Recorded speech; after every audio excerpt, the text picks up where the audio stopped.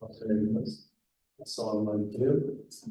Hürmetli talabalar, sizlerle bir maslahat dersimizde programımızın kısalımız. Bunu geçer, değiştirme, altıma, mesela dersler vakit yapıyor mu? Eksperimentler boyunca baklar dediğini sanıyorum.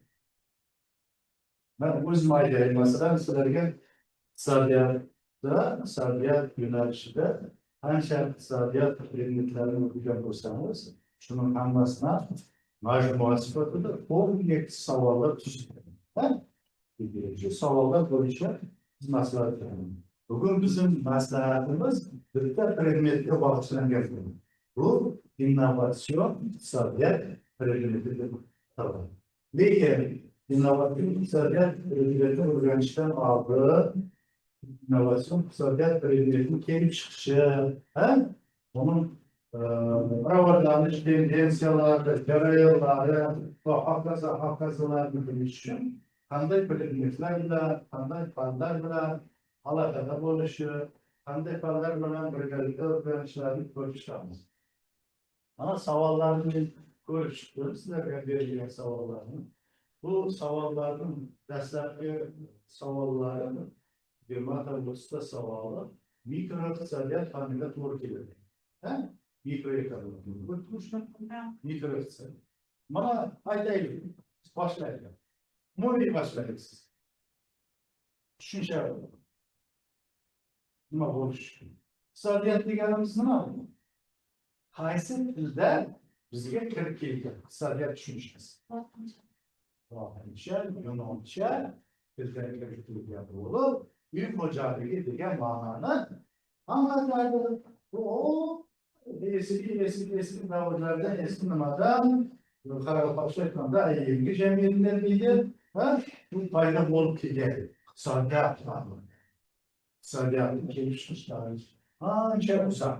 Lekin mikro iqtisodiyot, makro iqtisodiyot, shunga o'xshash innovatsion iqtisodiyot, kreativ iqtisodiyot va hokazo keyingi chiqqan iqtisodiyotning turlari bu iqtisodiyotning keyingi rivojlanish bosqichlari bilan bevosita mikro degan so'zimiz nimani anglatadi? Mikro kichkina, makro katta iqtisodiyot. Innovatsion yangilik, ya'ni texnik yangi iqtisodiyotga kiritiladigan. Hozir bunga kelamiz, rahmat sizga bunga kelamiz. Mana mikro iqtisodiyot degan tushunchani o'rganib kelyapti.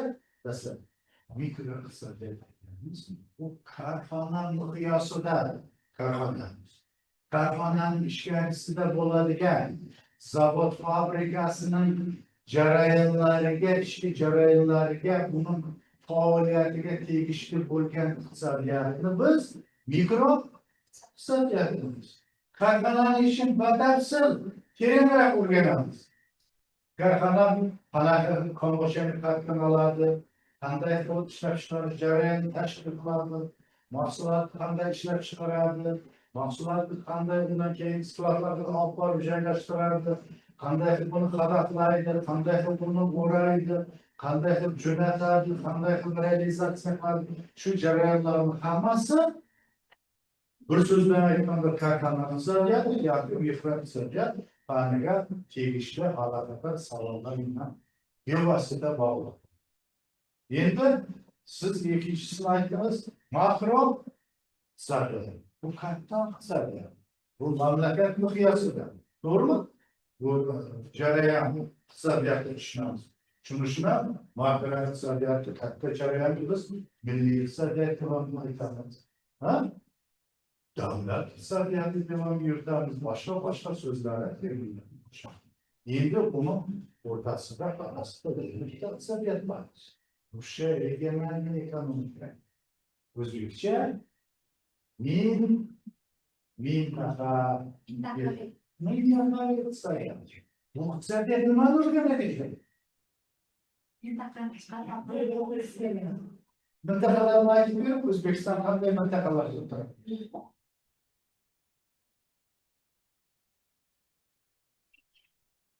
Qanday viloyatlarni bilasiz?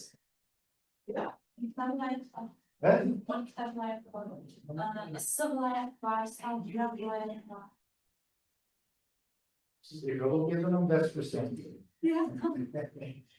Sıvıya, salkım vilayetçe, mikroklima var vilayet, kesin. Gördünüz mü? Biz iktisadiyatı böyle tükenmiyoruz. Mikro, münteferbi, akıl iktisadiyatına, bak halkara iktisadiyatı. Bu devletler, devletler iktisadiyatı, başında korporasyon kampanyaları olurken, bu Birleşik Devletler'de özünün kartanalarda, özünün kampanyalarda gibi. Bunun Meclisler üstünde devletler ara korporasyonlar var. Halkara korporasyonlar, halkara iktisadiyatı ülkeleri. Ne şular bu işler bizge en kısırı, en gereklisi bu. Hazır biz öğrenirken, anda dedi, inovasyon, soğuk.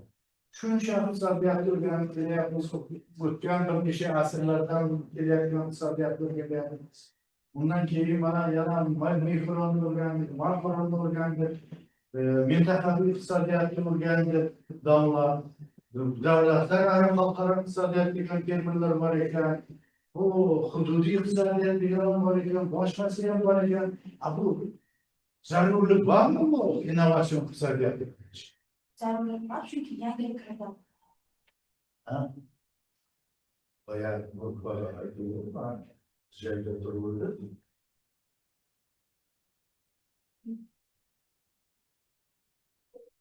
Bayağı aydınlık. Cihan memleketlerde, iktisadi üsüşüne temilleşte insan almalı bilim ve meleklerin salmağı 64% taşıdı. 64%. Halkalarının tabii resurslar, cismani resurslar teşkil kılıyor. Turizmin 64% diyenler bu önemli diyenler, bu meleka diyenler, bu inovasyon diyenler. Çünkü şundan sizler geldi. Öğrenme ait koymak için var. Koymak prezidentimiz inovasyon iktisadiyatı kursunun tarihinin dediği faydalı ait. İnovasyon diyoruz, bu gelişe de gelmez. İnovasyonu öğrense gelişe de öğrenmez. İnovasyon iktisadiyatı ravaşlanırsa gelişe iktisadiyatımız ravaşlanır. Eğer biz mağlakını, kapitalını, büyüyecek mağlaklarını, inovasyon iktisadiyatını kanca kubra, ilimge, bilimge sarflasa, biz kubra, yani kubra, neticede kubra samarlarıyla ilişkin bulunmaz. Nasıl düşünen biz inovasyon iktisadiyatı diye düşüneceğine predimenti kaç boyda okuyacak. Şunlar mı? Kireliklerine, doğru mu? Kirelik. Yeniden, öğrenemezsiniz. İktisadiyat diye tamam söylüyorum. You know, zaten bana kirelikler. İnovasyon iktisadiyatı Kayseri'deki gibi İngiliz dilden gelir, siz aydınız böyle İngiliz dilden gibi yapalım. Bu yengilik. Yengilik mi cari kılış, yengilik yengilikte intiliş, yengilik faaliyetini amelga aşırış, carayanlarını takip ve sağlış, hakaza sözlerinin hammasının birikmesiyle biz inovasyon ediyoruz. Endi biz yaxshiroq o'rganish uchun, yaxshiroq bilib olish uchun men sizlarga tavsiya qilmoqchiman. Shu innovatsion iqtisodiyotga tegishli ko'p emas, ozgina glossariy bor. Shu glossariy haqida sizlarga tushuncha bersam qanday ko'rasiz? Ma'qulmi? Ma'qul. Buna birinchi innovatsiyani aytdik, o'z ingliz tilidan kirib kelgan. Bu qandaydir, yangi yoki sezilarli darajada yaxshilangan mahsulot, tovar, xizmat yoki jarayonni, marketingning yangi uslubini, ish amaliyotida, ish joylarini tashkil qilishda yoki tashqi aloqalarda yangi tashkiliy uslubni iste'molga kiritishdir. Sizlardan nimani men iltimos qilmoqchiman? Biz nima deydi? An'anaviy nimaga qaraydigan bo'lsak, student, talaba ikkita so'z bilan qo'yiladi. To'g'rimi? Javob yozadi. İnovatsiya nima desa, bu yangilik bitta qo'yadi bo'ldi. Siz bir 4'te 5'le qator to'ldirish kerak. 4'te 5'le qator to'ldirish uchun mana so'zlarni bizdan chiqadi. Demak, bu innovatsiya deganimiz qandaydir yangi yoki yangi bo'lmasa, yoki sezilarli darajada yaxshilangan. Tushundiradimi? Bu innovatsiya deganda faqat yangi emas ekan. Yoki sezilarli darajada nima qilgan? Yaxshilangan. Sezilarli darajada takomillashgan mahsulotga, tovar, xizmat yoki jarayonni ko'ribsizmi? Hammasi kerak. Mahsulot, tovar, jarayon, marketingning yangi uslubini. Marketingning yangi uslubini. Uning ish amaliyotini, ish joylarini tashkil qilish yoki tashqi aloqalarda yangi tashkiliy usulni iste'molga kiritishni hammasini biz innovatsiya deb aytamiz. Tursiz buni kifoyalanish kerak emas. Yana qaytaroqda. Innovatsiya deganda nima aytamiz? Yangilik keltirish. Sezilarli darajada Yaxshilangan, yoki takomillashgan, mahsulotni, tovarni, xizmatni, uchtasini esdan chiqarib, mahsulot, tovar, xizmatni, jarayonni, bizga jarayon qiziqadi. Bo'ladigan ishlab chiqarish jarayoniga yangilik kiritsa, bu innovatsiya bo'ladi. Jarayonni, marketingning yangi uslubini, marketing degan terminlar aytib beraman. Uning yangi uslubini, ish amaliyotini, ish joylarini yangidan tashkil qilish. Ish joylarini yoki tashqi aloqalarni yangi tashkiliy uslubini iste'molga kiritish tushuniladi. Faqat bitta narsa emas ekan, bitta narsa. Mana yangi termin kirib keldi bizga. Hozir o'rganyapmiz. Marketing degan. Qaysidan kelgan?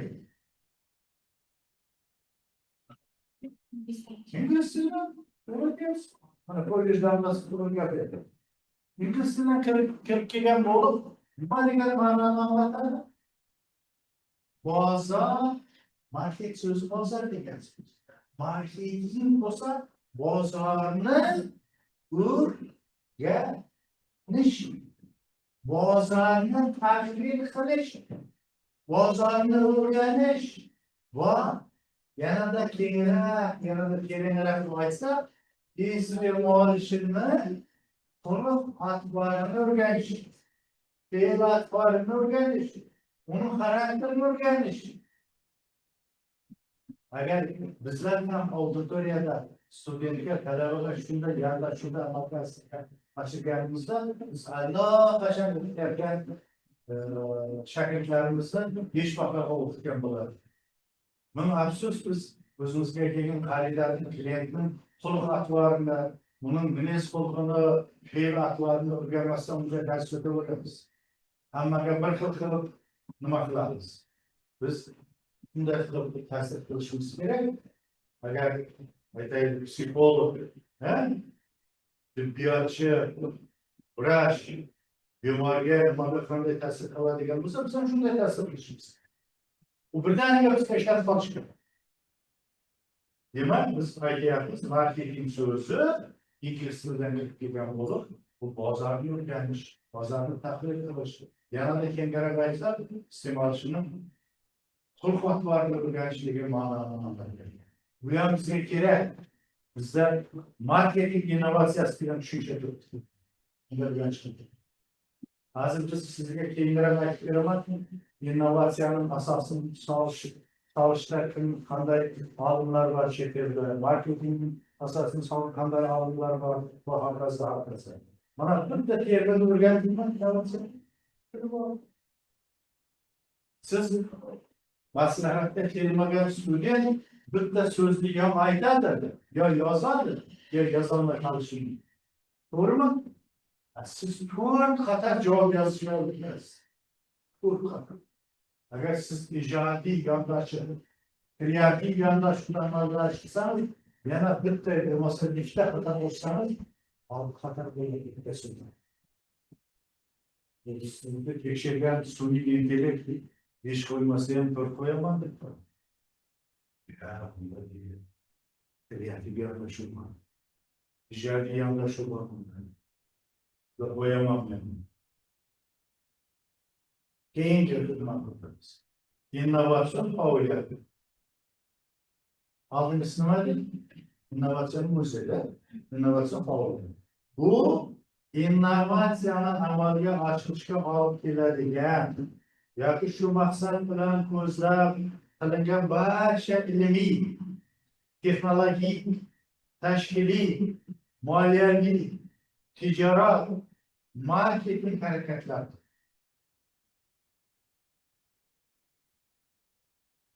E'tibor bering. Innovatsion faoliyat deganimiz bu innovatsiyani amalga oshirishga olib keladigan faoliyat deb nimaga aytamiz deb siz qiynaydi. Faoliyatimizni nimani yozishimizni bilmay turasiz. Shunda siz birdan yozasiz. Bu innovatsiyaga olib keladigan, innovatsiyani amalga oshirishga olib keladigan yoki shu maqsad bilan ko'zlab qilingan barcha qanday ishlar? Ilmiy, texnologik, tashkiliy, moliyaviy, tijorat, marketing harakatlariga biz innovatsion faoliyat deymiz. Innovatsion faoliyat shuningdek qandaydir aniq innovatsiyani tayyorlash bilan to'g'ridan to'g'ri bog'liq bo'lmagan tadqiqotlar, ishlanmalarni ham o'z ishiga olishgan. Sizlar o'ylayapman, ma'qul ish bilan shug'ullansa, sizlar aytadi. Ma'qul faoliyat bilan shug'ullansa innovatsion faoliyat bo'lar ekan. Bu bilan shug'ullanayotgan innovatsion faoliyat bo'lmas ekan deb qo'yman. O'rnidan to'g'ri aloqador bo'lmasa ham shug'ullanayotgan ilmiy ishlar, tadqiqotlar, bo'lmasa ishlanmalar ham innovatsion bo'lishi mumkin ekan. Shunga olib kelish kerak. Bugun olib kelmasa ertaga olib keladi. Ertaga olib kelmasa endiga olib kelish. Shunda bu innovatsiya faoliyat deb aytiladi. Texnologik innovatsiyalar degan bu yangi mahsulotlar va jarayonlarni ishlab chiqarish va joriy etish, shuningdek mahsulot va jarayonlarni sezilarli takomillashtirish. Texnologik jihatdan yangi yoki sezilarli takomillashtirilgan xizmatlar, yangi yoki sezilarli takomillashtirilgan xizmatlarni ishlab chiqarish usullarini ko'rsatish, usullarini ishlab chiqarish yoki joriy etish bilan bog'liq. Mana texnologik innovatsiyalar deganimiz shunday ma'noga ega bo'ladi. Keyingisi mahsulot innovatsiyasi. Mahsulot innovatsiyasi bu yangi yoki sezilarli darajada yaxshilangan tovar va xizmatlarni joriy etish.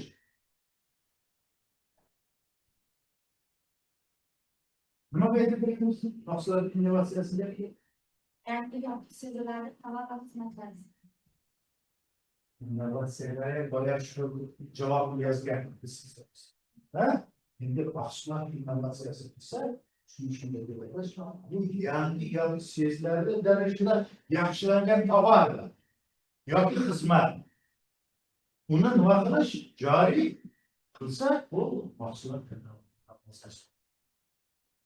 Masalan, texnika xususiyatlari, kompaniya materiallari, ichiga o'rnatilgan dasturiy ta'minot, foydalanish uchun qulayligi yoki boshqa funksional xususiyatlarini misol keltirsa bo'ladi. Sizga men hayotiy misol keltirmoqchiman. Praktika. Bu nima? Telefon. Bundan 25-30 yil oldin qanday funksiyalarni amalga oshirgan? Bo'lmasa qanday funksiyalardan biz foydalanganmiz? aldılar. 25-30 yıldaydı. Sonunda olan aldı. Savaşın sırtları olan, sonunda olan. Ha? Kaynaklardan göre Yani mesela sizin kaç yaşlarda babanız var ya, babuş ve gelişmeleriniz var mı? Bunlar hangi telefonlardan faydalanır? Adi veya adi. Fakat yaklaşar yani. Doğru mu? Bunlarda makinakanıma yok, internet yok, doğru mu? Ben masal getirmiş. Böylesin. Ve böylesi sorunları besleyen zamanında yaşlarını, babalarının ustazlarını böyle düşünenler, oğlan bu yaşındaki varsa gelişim insanında 97-98 yılında ustaz fondu diye bir fon teşkil edildi. Bu ustazlar düşün. Studentler için, talebeler için ümit fondu diyor. Kim şu fondun savurunları olsa, çift devletlerle tecrübe almışken, malaka açmışken, bir pul gibi var gibi. Bana şunday sertifikatını, şunday savurunlardan ben 99. yılda yapıldım. 99. yılda devletimiz imtiyazından faydalanıp fon savurunları olup prezident oldu. Amerika falan Koşma Ştatları'nın York Ştatı'nın New Falls Üniversitesi'de malaka şirketi bakıyoruz. Malaka şirketi vargende biz özümüzge kirek noktalarda deb sol nimasini sol saatlarida o'zimiz yurganda kerak bo'lgan narsalarni rasmga olamiz deb foto apparatlarni yana mukammalroq jarayonlarni tasvirga olamiz deb video kameralardan yana shunga o'xshagan kerak bo'ladigan asbob uskunalarni texnik jihozlarni hammasini chemadanga solib ko'tarib 20-30 kilogramlik bagaj bilan Amerikaga uchib qolganmiz. Hozir hammasi bitta telefonda. Uyda budilnik kerak emas, to'g'rimi? Budilnik o'rnida budilnik bo'ladimi? Kalkulyator kerak emasmi? Kerak emas. Ha? Gaplashish mumkinmi? Mumkin. Foto va suratga tushish mumkinmi? Mumkin. Video olish mumkinmi? Mumkin. Audio ovoz yozish mumkinmi? Mumkin. Ashula aytish mumkinmi? Mumkin. Boshqa. Bundan da murakkabroq terminal program terminallardan chiqarilgan funksiyalarni amalga oshirish. Bu nimani misoli mahsulot innan mahsulot qilamiz. Boyada telefonga o'xshaymi? Yo'q. Telefonga o'xshaydi. Sizlar bilmasangiz aytib qo'yaman, burunda telefonlar manimcha yuvan edi. Og'ir edi. Katta edi, hajmi chiqadi. Bundan qulog'imizdan mamlakat miyakda turadi. Bundan qilib gaplashamiz. Dastlabki yillari odamlar gaplashganda buni vahimali taraflarini tomonlardan chiqadi. Bu shunday zarar keltirar ekan, bankalarga kasalliklarni ekan, navbatga shuni emas ekan. Keyin ishonmashgan variantlar chiqdi. Mana shuning ichiga imom programmalarni yubordi. Mana buni mahsulot innovatsiyasi desa bo'ladi. Shunga misol keltirsa bo'ladi. Shuni siz ertaga tushunmasa, sizga savol tushmasa, mahsulot innovatsiyasi deganimiz nima? Mahsulot innovatsiyasini rivojlantirishni ta'sir etish qanday omillari bor? Uni strategik bir narsalar qancha unday degan savollar bo'lsa, siz birdaniga mahsulot innovatsiyasiga ta'rif berasiz, bundan keyin misol keltirib keting. Masalan, texnik xususiyatlariga, uning var program chiqargan jihozlar xususiyatlariga, materiallarga, ishga o'rnatilgan dasturiy ta'minotlarga, foydalanuvchilar uchun qulayliklarga, bitta smartfonda hozir mamlakatda bo'lyapti. Bu hamma narsani shunday qilib, lekin buni foydali va zararli.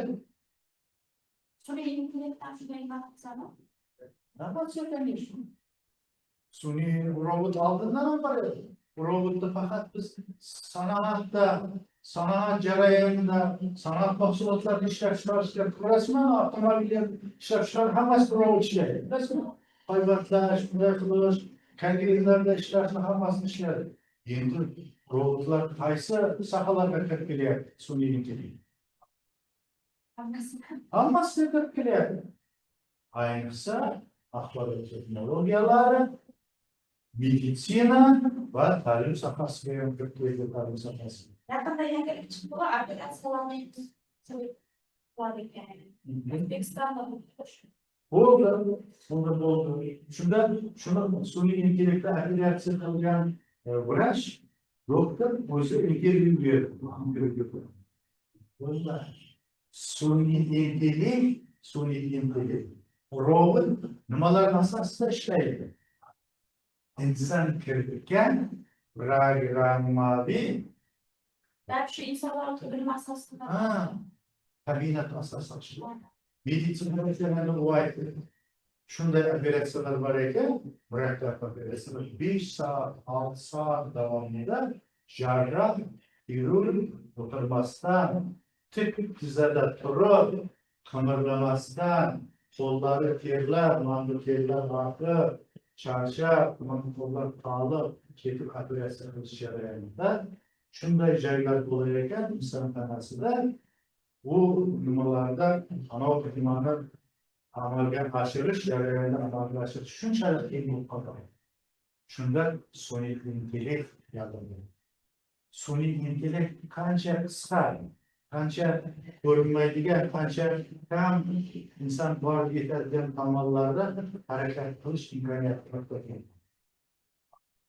İnsan charchab turgan paytda o'zgargan ekan. U ishlayotganda inson dam olib turar ekan, qo'llar.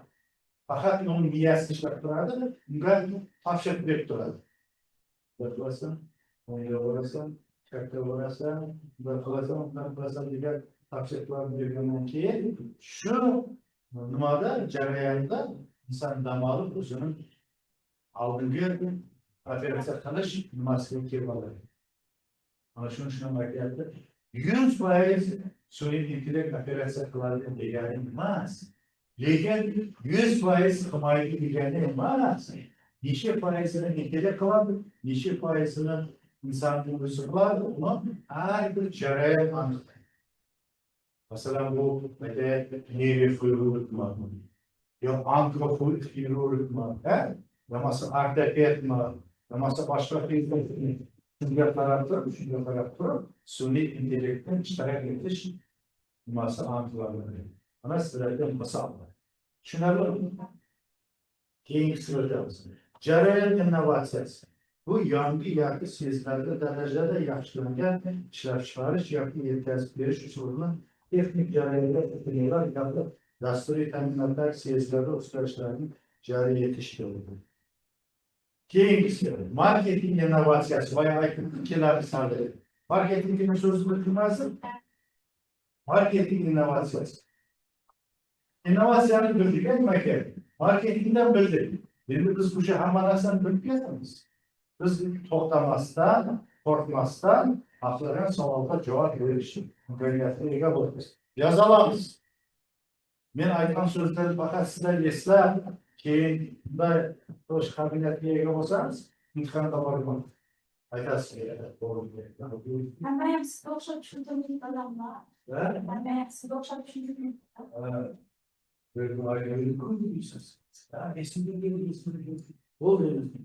Marketing innovasyası bu firma tomonidan marketingning yangi usulini joriy etish. Mislatlar. Har bir termin to'g'ri, shunga harakat qilamiz. Marketing innovasyasi bu firma tomonidan marketingning yangi usulini nima qilish? Joriy etish, mahsulotning dizayni ve qadaqlash, uni joylashtirish, narx belgilash, bozorga chiqarish. Agarda u firma tomonidan birinchi marta ishlayotgan bo'lsa, unga taalluqli bo'ladi. Endi sizlarga keyinroq tushuntiraman. Qarang. Marketing degan so'zlar odatda mahsulotning dizayni.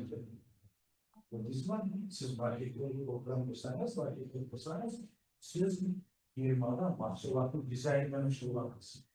Maslahat berasiz. Rahbariyatga. Dizaynni o'zgartiraylik deysiz. Dizaynni nimagadir qiziqish o'ylab beramiz. Ikkinchisi, mahsulotni qadaqlash. Qanday mahsulotlar qadaqlanadi? Amma desamiz, u ham bir nima deydi? Hech narsa deganday bo'ldi. Konkret, qaysi mahsulotlar qadaqlanib turibdi? Sizlar bozorga borib yuribsiz-ku, boshqalarga ko'ra sizlar ko'proq borasiz. Konditer mahsulotlar. Konkret. O'rab bo'ladi, o'raladimi? Qarang. Shokoladlar qancha chiroyli qilib qadaqlab o'ralsa, shuncha sizga nima deydi? Nima jozibadan bo'ladi. To'g'rimi? Qancha chiroyli bo'lsa, shuncha bir foyda qilasiz. Keyin ko'rasiz, tovar belgisi degan so'z bor. Brend degan so'z bor. Qimmat konfetalar qayerda bozorda? Eng qimmat konfetalar qayerda? O'zimizning bozorda, Fransiya demayapti. O'zimiz bozorda qayerda konfetalar keladi? Moskva. Qanday? Moskva. To'g'ri, rossiyskiy Moskva. Ukraina, Qozog'iston. Sizlar borib olasizmi? Qozog'iston konfetdan berdim. Ukrainadan berdim, bizga Rossiyadan berib turasizmi? Shunday ishga o'zlaringiz ham shunday qilyapti. Shuning rangi o'xshash. Shuni dizayn So'zni ham oldingi so'zdan bitta harfni olib tashlaydi, bo'lmasa so'zdan keyingi harfni olib tashlaydi, shunday qilib qo'yadi, shunday qilib bozorga chiqadi. Bu sizga mahsulotni jazirada qilish. Yo'q, bunda marketing innovatsiyasidan tashxis. Bozor ochilsa, odamlar bilmasdan olib qo'ysa-yu, ko'rdingizmi? Bizga u sizga ishtirok qo'yish mumkin. Siz nimaga boshqa brendni sotayapsiz? Bu sizning konfetangiz emas-ku. To'g'rimi? shuncha o'zgartirish kiritadi, sevgan.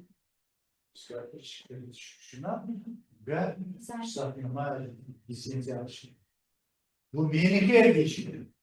Ya sizniki. Ko'rdingizmi?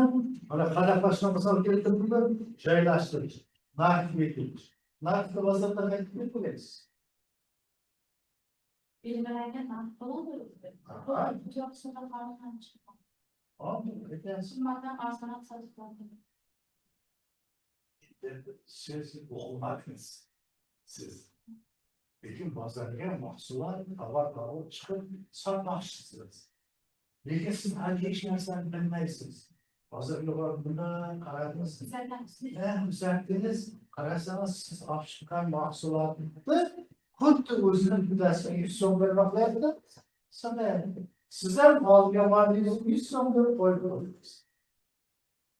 Bu bozordagi mahsulotga qarab tanlab baharman belgilash. Ko'rdingizmi?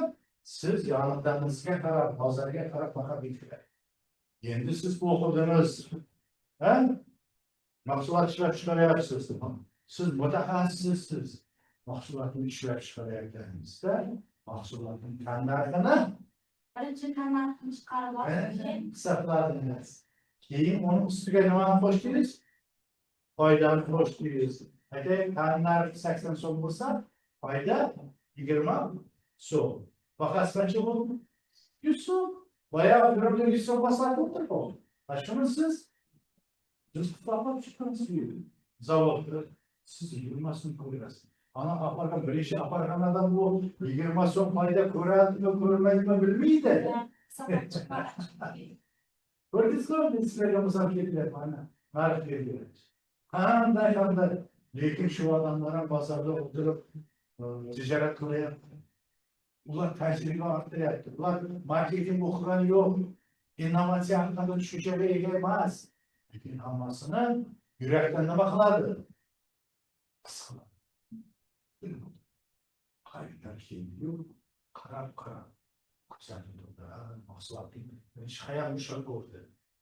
Mana ekalaringizni mana bir Firmanın kimi? 7 kuruş alıyorsunuz. Ha? 7 kuruş gibi mi? Ha? Ne şimdi bir tanesi kızıl, iki tanesi kara. Ne şimdi? İlkin bakılmazlar. Ya ne şimdi siz kara renk anladınız? Ne şimdi? Bunun sözü başka, bir başka.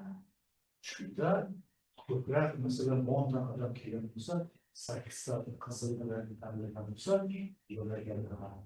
Yani toprak maddeleri kızıllar kalıyor. Kızıllar toprak yaşlar kalıyor. Adam Amerika'da gördünüz mü? Bana marketing inovasyonu şunları olan kendisi orada. Taşkili inovasyon. Taşkili. Bu firmanın iş ameliyatına yani taşkili usulü sulhlarına gelmek. Demek taşkil bilen sözler taşkil bilen sözler firmanın işi ameliyatına yani taşkili usulü gelmektir. Rahmat geldi. Kakana, zavodga, fabrika. Bir tane yangi usulni joriy qilish kerak. Nimadan boshlaydi? Nimadan boshlaydi? Ana sizlar ham rahmat bo'lasiz. Xudo xohlasa tez arada. Nimadan boshlaysiz? Yangi nima innovatsiya, tashkiliy innovatsiya. Hali zavodni ishga kirmadi, fabrikani ishga kirmadi. O'quv jarayoniga auditoriya kirmadi. Biz tashqaridan boshlamoqchimiz. 40 kun men rahbarman. İnovatsiya qilmoqchiman tashkil etib. Nima qilamiz? Tamam, qarabki inson o'rnataman. To'g'rimi? Burun eski ish o'tiribdi. Eski ish o'tiribdi. Zavodda, fabrikada 10 ta bo'lim bor, aytdi. Ha? 9 ta ish kuni 9 soat 9 ta boshlanadi desam, siz 9 ta keldingiz, bu yoqda 10 ta ham 9 ta keldi. Men 9 dan 10 minut o'tganda keldim, ikkinchisi 20 minut o'tganda keldi, uchinchisi 30 minut o'tganda keldi, hokazo. Buni kadrlar bo'limining mutaxassisi eshiklarga turibdi, yozib turibdi, eshitmaysizmi? Hadi yozib 10 ta ham 9 ta keldi, 9 dan 10 minut o'tganda keldi. Bu eski tizim. Siz keldiniz yangi innovatsion. Eshikdan kagiga nima o'rnatib tashladingiz? Turniket. Qo'lingizni bosasizmi, rangingizni ko'rsatasizmi, boshqa qilasizmi, o'zini paroli bor. Turniket o'rnatib tashlagan. Turniket. Natijada 9'da keldingizmi, 9'dan 10'da o'tganda keldingizmi, hammasini hisoblab, avtomatik hisoblab, advokatga yozib turibdi kompyuter. Siz 10 kunda 7 saat ya 8 saat ishlaysangiz chiqadi. Sizin bir kun ishingizni oylikdan tashlab. Eshitdingizmi? Bir kunda necha soat ishlaysiz? 3 kunda 5 soat bo'ladi. 3 kun 7-8 saat bor. Shunga qaraylik, 5 kunga bor. Mana bir kun ish. Mana sizlar tashkiliy innovatsiya ko'rdingizmi? Birinchi innovatsiya shu. Ikkinchi innovatsiya burun ishxonaga mamta kamera o'rnatib qo'ydingiz. Kabinet. Qizlar tikib o'tiribdi. Mashina. Har ko'chaga, sexda. Qarab turibsiz, kim ishlamayapti. Gaplashadi, sizga o'xshagan qiz bo'lsa, tez gaplashib. Anaqa gaplardan voy qilyapman, bunday qilamiz, nega bu? Ana rahbar ko'rib o'tiribdi. Shu bilan bu mehnat qiladi. Nima qilmaydi? Nima belgilaydi? Sizga chora ko'rish shart emas. Ish normasini belgilaydi. Siz bu ko'ylak kiyasiz, to'g'rimi? 10 ta ko'ylak tiksangiz, bir kunda 10 ta tiksangiz, siz normani normativni bajargan bo'lasiz. Sizga normal oylik yoziladi.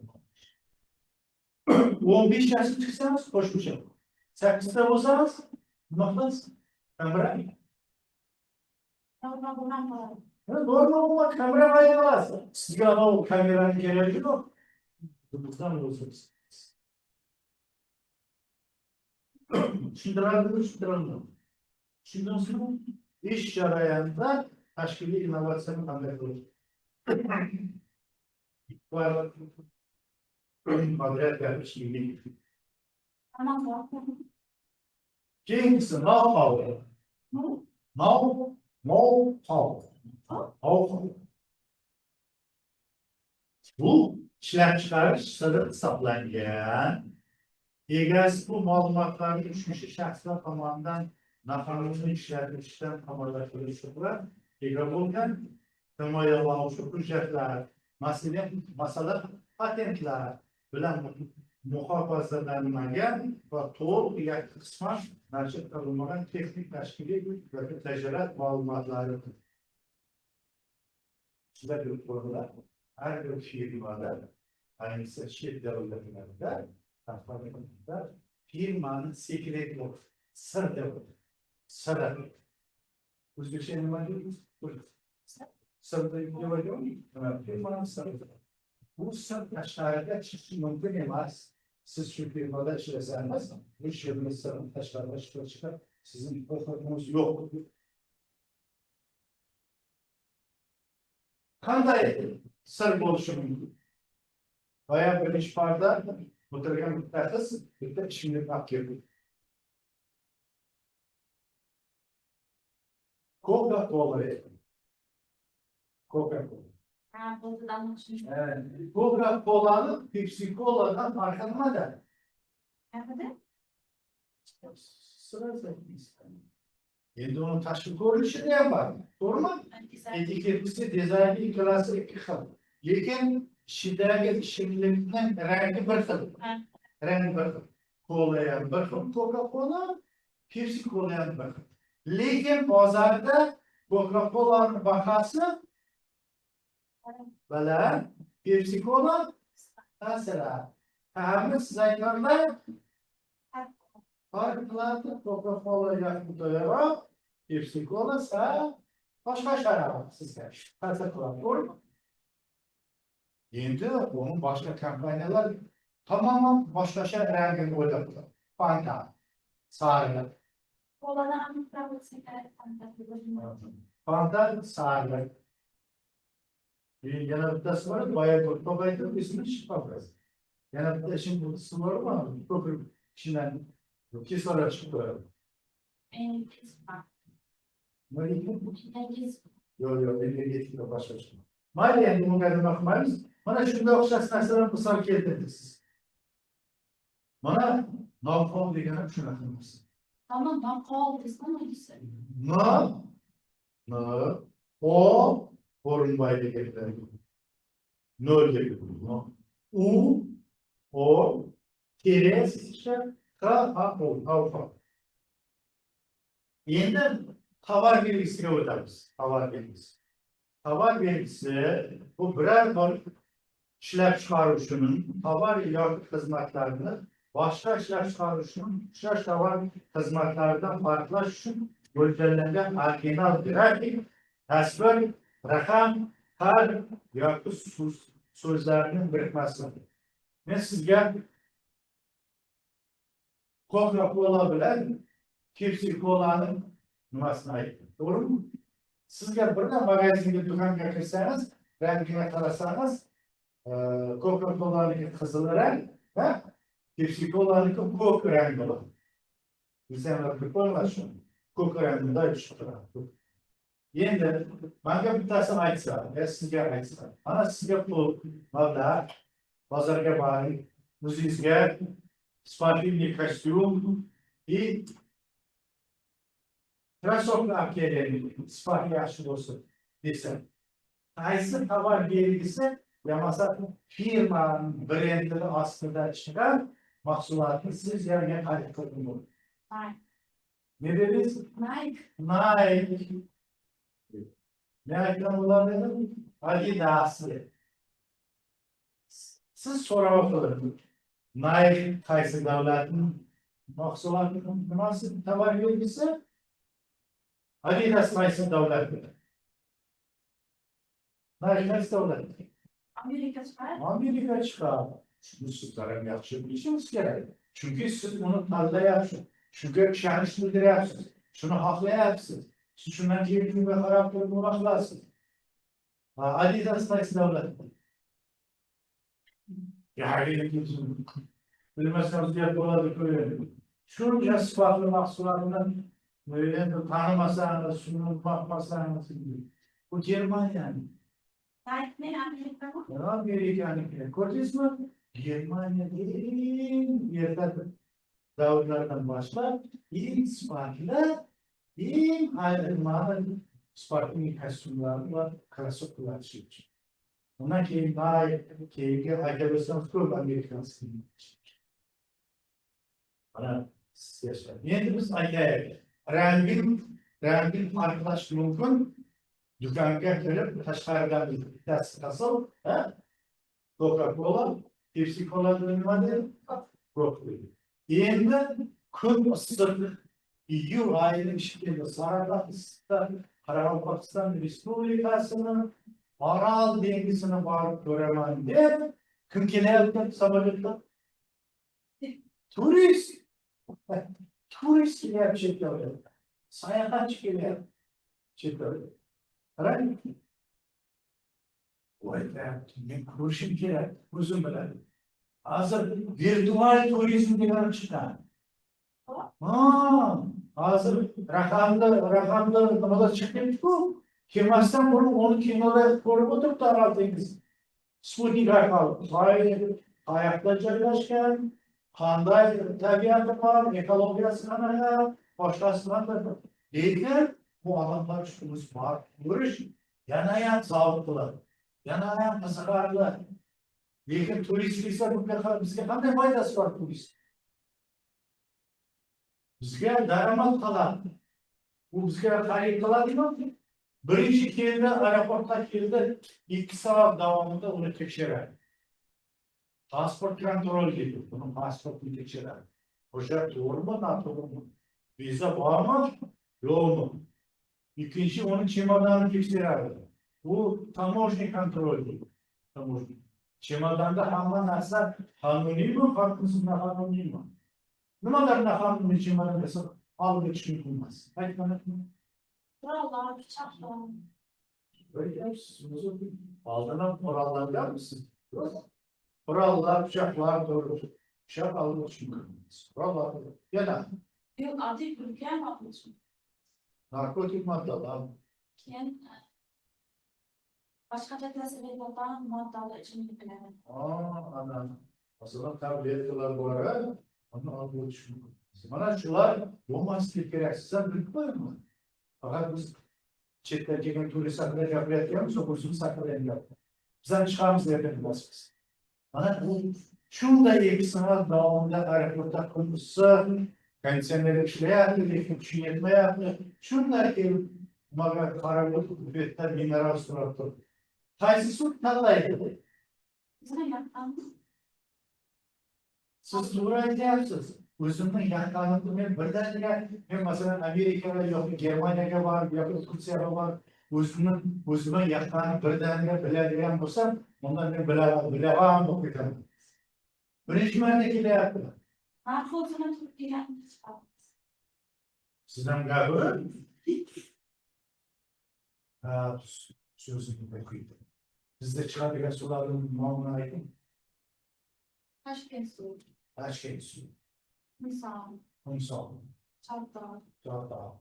Gideralari ve hastane, muzdahane. Şunları doğru mu? Bu aslında benim aldığım çıkıyor bakın. Buranın aslında var bir şey yok. Bu bütün sözleri bir fazlası ne istediği. Güzellik. Gördünüz mü? Bu çift devletlerinin brende hava vergisi niyesiyle sürdü. Şurada taradı koz yağmada kaldı. Niyesilerin davaydı. Bu soramaydı niçin bu taradı. Lekin niyesiler ama suga nispeten ançakılmadı. Şurada bu harif kıladı. Çünkü onun sağlığı hukum. Sağlığı kılmaz. Şunları aytılmaz. Bana hava vergisini aktaralım. Bu türlü sahalardaki mahsulatı hususen korunma madde mikroorganizm ştamlar, usulü, hayvanlar, yaklaşık şunda sorulardan değişik teknikler geliştirdi. Mesela yengiden sor çıkarabiliyor, şart hocam bilirsin. Mesela buğday sordu, haftanın sordu, mesela hayvanların, mallarının, nasıllar hayvanlarının bu taraflarını. Sanat namunaları, faydalı madde, seleksiyon var diye düşünceler var mı? Bunlardan bana önemli sorular. Mana sizler bana biz inovasyon iqtisodiyot fanini o'rganyapmiz. Innovatsion iqtisodiyot fanini. Sizga savol qiladigan savol bo'ladi. Innovatsion fanini o'rganish jarayonida yana qanday fanlar bilan birga o'rganish kerak? Mikroiqtisodiyot, makroiqtisodiyot, milliy iqtisodiyot, mintaqaviy iqtisodiyot, xalqaro iqtisodiyot, aytyapmiz-ku, management, marketing va hokazo fanlar bilan aloqada bo'lsa, birga o'rganilsa, qo'shma bu yaxshi natija beradi. Marketingda aytdikmi? Aytdik. Innovatsiya aytdikmi? Aytdik. Managementga aytdik.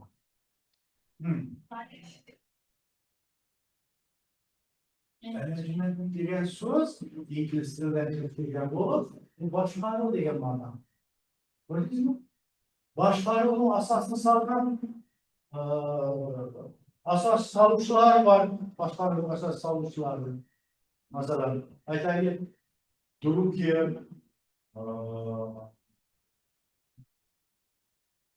Treyler va hokazo. Boya marketingda aytdimiz sizga, marketingning asosini soluvchi Kotler deydi, Kotler deydi. Kotlerga qo'ysangiz, Kotlerning kitoblari ko'p. Innovatsiyaga Schumpeter deb qo'yamiz. Innovatsiyaga Schumpeter.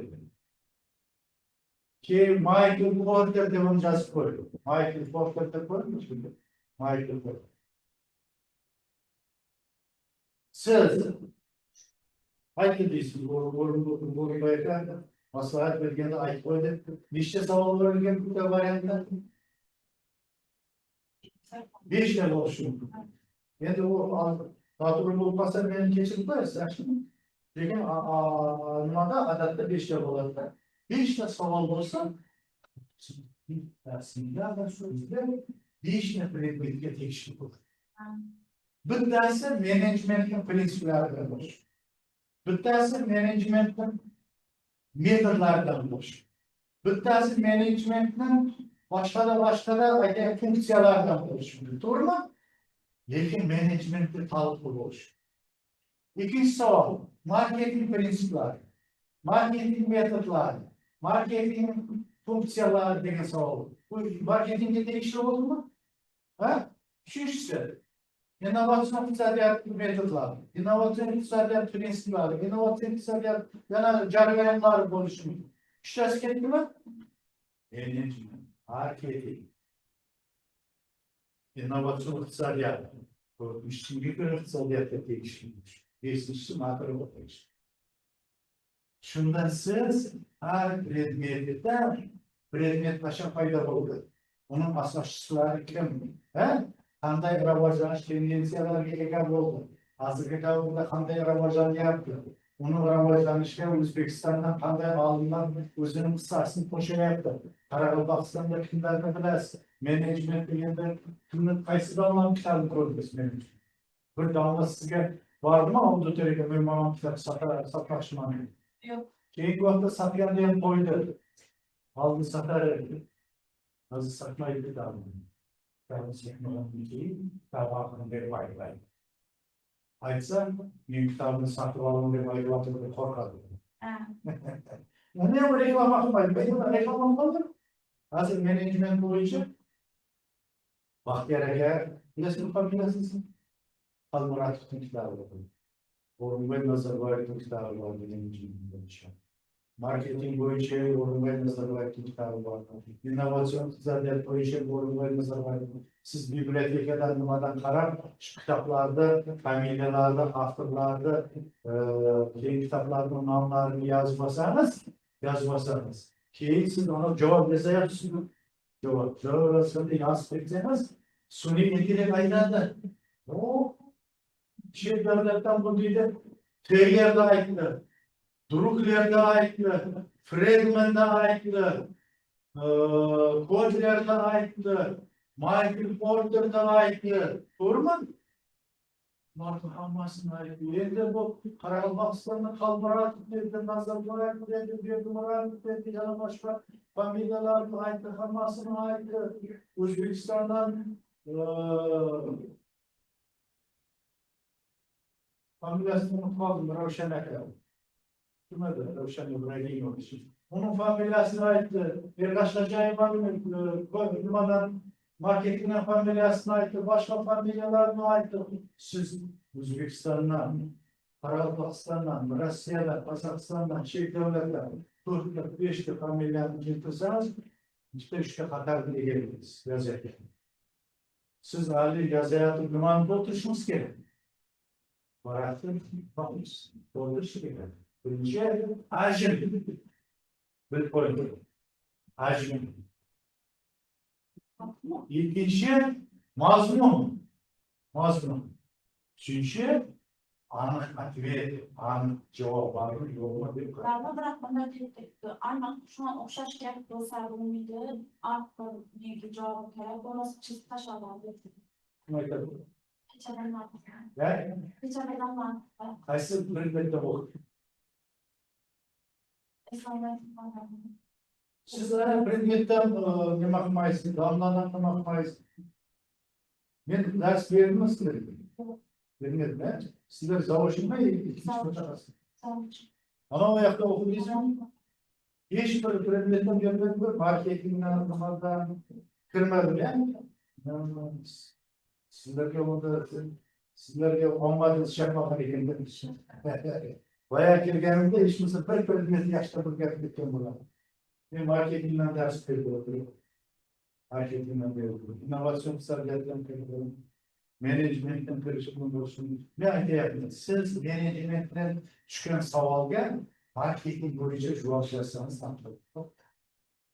Dostlar, management'in prensiplerine aitliseniz, management fanı, bu Çin devletlerde 1970 yıldan başlar, Yamasal Bülten asrının 10. yıllardan başladı. Onun bir işi asası Taylor oldu. Şunun Taylorizm degen, onun bir işi asarlar, mamlaka, mehnatlı taşkil kılış, mehnatlı normalaş, masallarga bağışlangan, bu menecmentin asası salgan bu injinier Amerikalı alım Taylor buladı, ondan keyin Drucker buladı, ondan keyin başka buladı deb keltirseniz, keyin siz aytadi.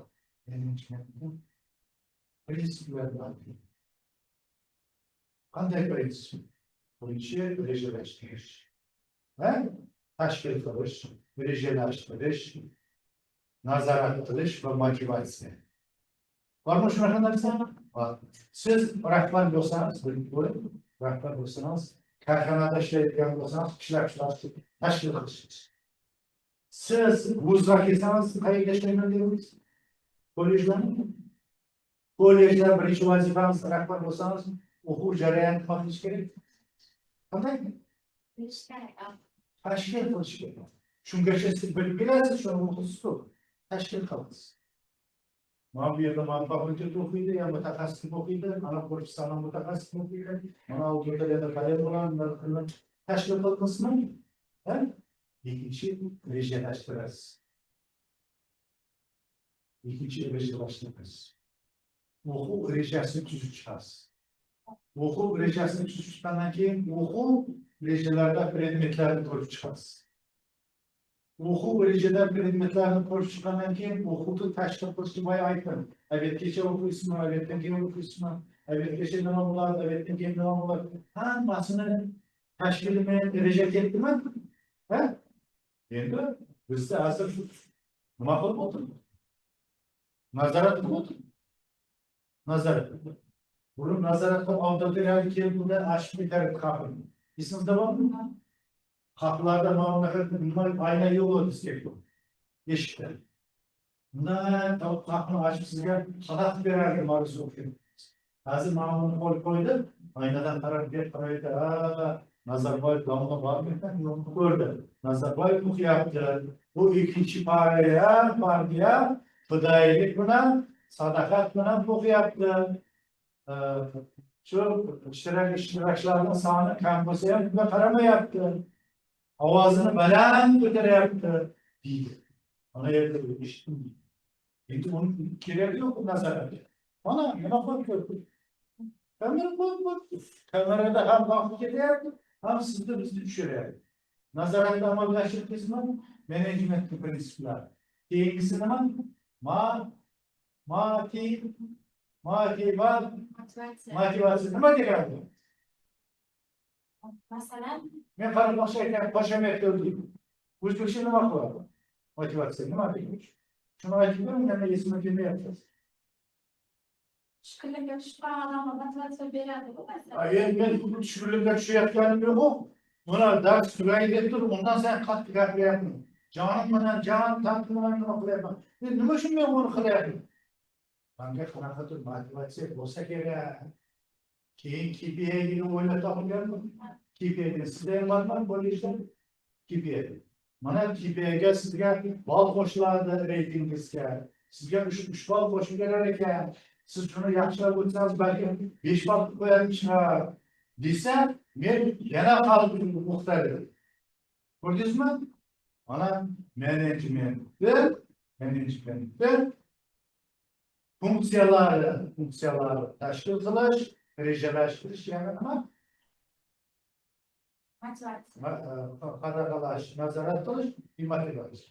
Endi menejmentning metodlari degan bor. İqtisodiy metodlari, sotsial psixologik metodlari va yana bitta metod bor, sotsial metodlari va psixologik metodlar. Bu qanaqa degan? Administrativ metodlar. Administrativ metod degan nima? Ma'muriy. Bu oldin esa ma'muriy metod bor. Baqirish, chaqirish, so'kish, to'g'rimi? Hozir u ishonmaymiz. Hozir iqtisodiy metodni joriy qilmoqda. Yaxshi mutasanma, sizga nima qilaman? 30% qo'shib qo'yaman. Пожалуйста. Endi boya siz aytdingiz, xafa o'tgan tushkunliklar tushdi. Bu menejmentning sotsial psixologik metodi.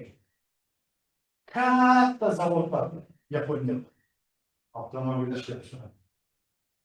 Yaponiyaning ishlab chiqargan avtomobilidan biror kamchilik chiqishi mumkin. Shunaqa sifatlar qiladi. Sifatlar shu eshikning tagida 10 kishi ishlaydigan bo'lsa, eshikning tagida bo'lsa bo'ladi. Do'stlarga bunday qaraydi, siz kelyapsiz ishga. Siz shunday yaxshi detal ishlaydigan, sifatli maqsadlar ishlaydigan kishisiz. Kelyapsiz. Qarasa maslahatim shu. Bunday eshikni og'zisidan salomlashadi, shunday qilib gapiradi. Nima bo'ldi? Nima bo'ldi? Aytib nima bo'ldi sizga? Siz ishlar chaqalardan shamollar nima bo'lyapti? Temperatura bo'ladi. Altta umid o'tasiz. Bir daqiqa. Hammasini mana o'zimiz nima qilamiz? Shug'ullanamiz. Siz bemalol borib, bemalol bor. Shunday ishimizni sifatli qilaverib, sizga skroll yuboramiz, kerak bo'lsa nazardan olamiz, boshqa davolarimiz hammasini o'qiy qilamiz. Siz shunday qilib bittasi ishga kelib, baribir hech narsa bo'lmaganda ishingiz qiladi. Endi shuni qilishimiz kerak. Biz ro'shet innovatsiyani o'qiyapmiz. U yoqda bo'layotgan yangiliklarni, u yoqda bo'layotgan jarayonlarni sizga aytyapmiz. Sizdan boshqalar aytyapti. Mana endi ish kelyapti. Uning jarrohlari haligidan og'irroq. Uni bu yoqqa yuborishga bo'lmaydi. Shuning uchun uni qaytarib, o'rniga boshqa ishlaydigan ishni shunday qilib nima deydi? Chunki ilk bolalar avtomobil ishlab chiqarish qanday jarayon? Avtomat konveyer usulida tashkil qildi. Konveyer bunday ishlaydigan bilasizmi? Mana bu yoqda men bir g'ildirakni o'rnataman, bu tomonda g'ildirakni o'rnatasiz, u qismimizga ma'lum g'ildirakni o'rnatyapti, Her kim bir kudret yok. Ma bu kudretler orada dediğin adam umaygasında kudret çıkarmıyor. Şunları mı? Agar siz management'in metodlarını, funksiyalarını, marketing metodları, funksiyalarını aralaştırıp yapmasa, başka şey yapırsanız, onda size mağdur olur. Siz management hakkında doğrusunda bir de savol olsa, management 2 yıl başlayan, yapmasa marketing olsa, marketing bir işe dastlab 1902 yıllar Amerika üniversitelerinde maruz bo'lgan, undan keyin ular marketing rivojlangan, bizga 80-90 yil kirib kelgan marketing. Hozir biz o'qiyapmiz desangiz, uni Ergasho'ja kitobdan o'qiymiz professor Shahmazda desangiz, kimin intellektual ish qo'yadi. Tushuntiradimi? Qanaqa boshqa savollarimiz bor? Biz Ama iqtisodiyot, qishloq xo'jaligiga qaragan masalan, nima sizga innovatsion yangiliklar qishloq xo'jaligi. Misol keltiramiz sizga. Qanaqa innovatsiyalar bo'lyapti qishloq? Boshidan boshlaymiz. Oldin yerni tekislashni, haydashni, yer tekislashni, traktoristni ko'z bilan to'xtatamiz. Bilasizmi? Traktor haydab ketyapti, unday qilib ko'z qayerda balandroq, qayerda pastroq qiladi. Hozir nimani yordamida yer tekislashadi? Innovatsion yangilik. Lazer texnikasini biladi. Ko'rdingizmi? Lazer degan o'rnatilib turibdi traktorga. Texnika. Ishida o'tirib faqat haydovchi internetda ekranda ko'rib turibdi. Uni siz men bunga tasdiqlaymiz. Lazerning o'zi, texnikaning o'zi. Qayerda hozir men aytib berayapman, qayerga basra, qayerga balandroq ketyapti. To'g'rimi? Lazer texnikasi. Sug'orish sistemasi tizimi. Sug'orishda bizda qanday metodlardan foydalangan qishloq xo'jaligi? Hozir nasıl? Hozir aytaman. O'zim aytib beray, vaqt qisqarib qoldi. Bizda oldin dambalab sug'orish va tintaklab sug'orish. Dambalab sug'orish ko'proq Qoraqalpog'iston Respublikasi territoriyasi. Damba degan bilasizmi qayerda? Yerni ko'proq nimadan qilib? Ha? Shuni ichiga bir dona suvni haydab o'tamiz. 1 metr, 2 metrgacha o'tadi. Dam 10 metr qarashing. Keyin tintaklab sug'orish qarazida bo'ladi. Siz tomonda berilmaydi. Kichkina tintaklab sug'orish. To'g'rimi? Ana lekin maydalarda. Endi hozir sug'orishni yangicha innovatsion metodlar qanday?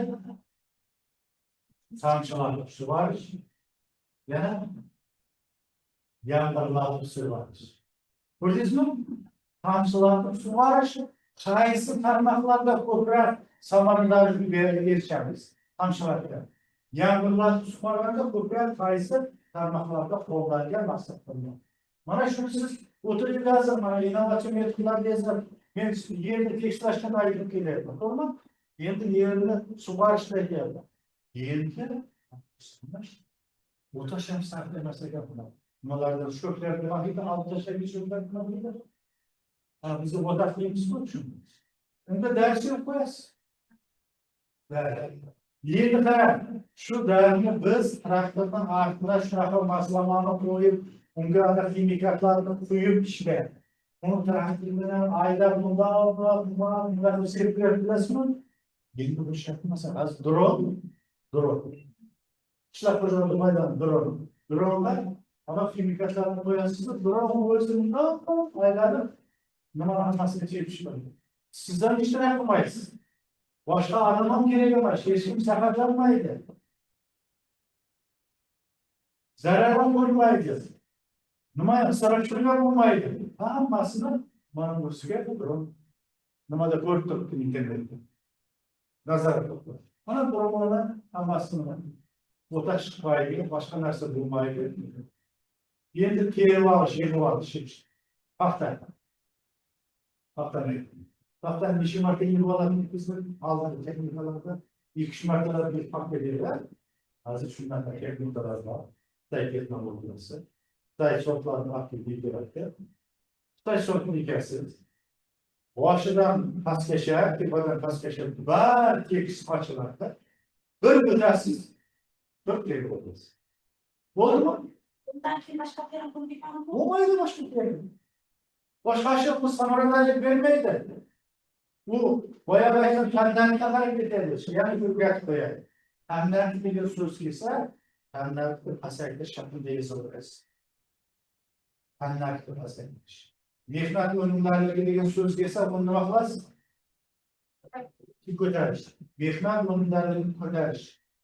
Mana biz aytyapmiz. Mehnat o'yinlarini ko'tarish bo'yicha biz Yaponiya metodlarini o'rganyapmiz. Koreya metodlarini o'rganyapmiz. Fanlarni pasaytirish bo'yicha Germaniya, Amerika, sifatni yaxshilash bo'yicha Germaniya. Eng yaxshi sifat Germaniya. Samaradorlik oshadi. Fanlar pasayadi. Sifat yaxshilanadi. Mehnat o'yinlari ko'tariladi.